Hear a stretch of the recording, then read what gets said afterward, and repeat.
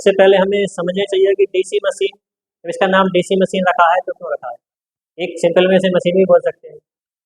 जब नाम इसका लगा है डीसी मशीन, यानी कि वह मशीन जो डीसी पर कार्य करे, ठीक है, जिसका इनपुट या आउटपुट में से कोई भी जो पावर है, मैकेनिकल पावर है, मैकेनिकल इलेक्ट्रिकल जो पावर है वो डीसी रहे, यानी कि डीसी विद्युत ऊर्जा रहे।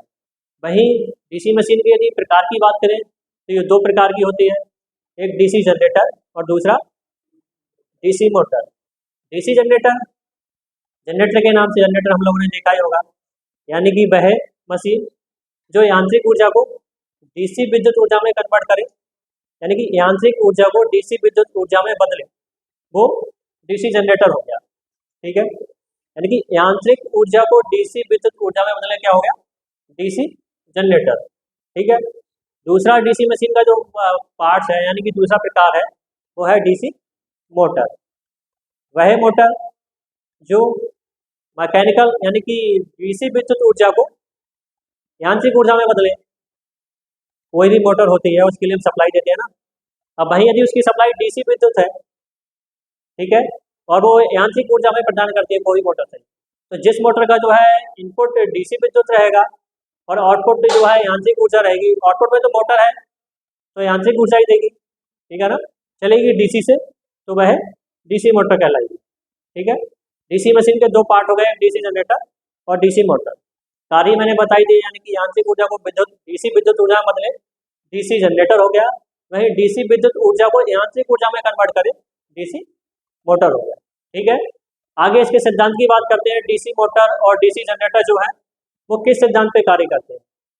ठीक है, कोई मशीन होता है उसका एक प्रिंसिपल होता है, प्रिंसिपल यानी कि सिद्धांत, तो हमें देखना है कि कौन से सिद्धांत पे कार्य करता है। ठीक है, डीसी जनरेटर या डीसी मोटर वो फैराडे के विद्युत चुम्बकीय प्रेरण के नियम पर, यानी कि प्रेरण के सिद्धांत पे कार्य करता है। ठीक है, वही पिछली क्लास में हमने बताया था ट्रांसफार्मर अन्योन प्रेरण के सिद्धांत पर। वही जो यानी कि डीसी जनरेटर या डीसी मोटर है वो फैराडे के विद्युत चुम्बकीय प्रेरण के नियम पर कार्य करता है। ठीक है, आगे क्लास में बताएंगे कि जो है विद्युत चुम्बकीय प्रेरण का नियम फैराडे का क्या होता है। ठीक है ना। फिर इसके जो बात करें डीसी मशीन के मुख्य भाग जो होते हैं, उसमें सबसे पहले आता है स्टेटर, जो स्थिर भाग होता है। डीसी मशीन में जो स्थिर भाग होता है, बाहरी आवरण होता है, उसे योक या बॉडी भी बोल देते हैं। ठीक है ना, जिसको कवर करके रखता है, स्थिर भाग होता है डीसी मशीन का, उसे बोलते हैं स्टेटर। और उसका रोटेशन वाला भाग होता है, उसे बोलते हैं आर्मेचर। यानी कि डीसी मशीन का घूमने वाला भाग होता है उसे आर्मेचर बोलते हैं। वही बात यदि एसी मशीन की आए तो एसी मशीन में घूमने वाले भाग को रोटर बोलते हैं। ठीक है, अगर आपसे क्वेश्चन पूछ ले कि डीसी मशीन में घूमने वाले भाग को क्या बोलते हैं, आपके लिए ऑप्शन में आर्मेचर भी मिल जाएगा, रोटर भी मिल जाएगा, स्टेटर भी मिल जाएगा। तो डीसी मशीन की बात करें तो आर्मेचर लगाएंगे ऑप्शन। और वही बात यदि एसी मशीन की पूछे कि एसी मशीन में घूमने वाले भाग को क्या कहते हैं मशीन के, तो रोटर बोलते हैं। ठीक है, वही अगला इसका पार्ट्स है कम्यूटेटर। इसमें जो है डीसी मोटर में और डीसी जनरेटर में दोनों में कम्यूटेटर लगा होता है। ठीक है, जो आर्मेचर वाइंडिंग से कनेक्ट होता है। डीसी जनरेटर है तो हमारे लिए कोई मशीन सही, वो डीसी सही या एसी सही, वो हमेशा उत्पादित एसी करती है, लेकिन हमें चाहिए डीसी जनरेटर बनाया है तो वहाँ लगाते हैं कम्यूटेटर। ठीक है, वो जो जनरेटर ने एसी ऊर्जा को उत्पादित किया, उसके लिए कम्यूटेटर की सहायता से डीसी में कन्वर्ट करके आउटपुट में लेते हैं। ठीक है, कम्यूटेटर केवल डीसी मशीन में काम में होता है। ठीक है, वहीं एसी में जो है सप्लाई लेने के लिए केवल स्लिप रिंग का यूज कर लेते हैं, कम्यूटेटर का यूज केवल डीसी मशीन में करते हैं। ठीक है, एसी को डीसी में कन्वर्ट करने के लिए।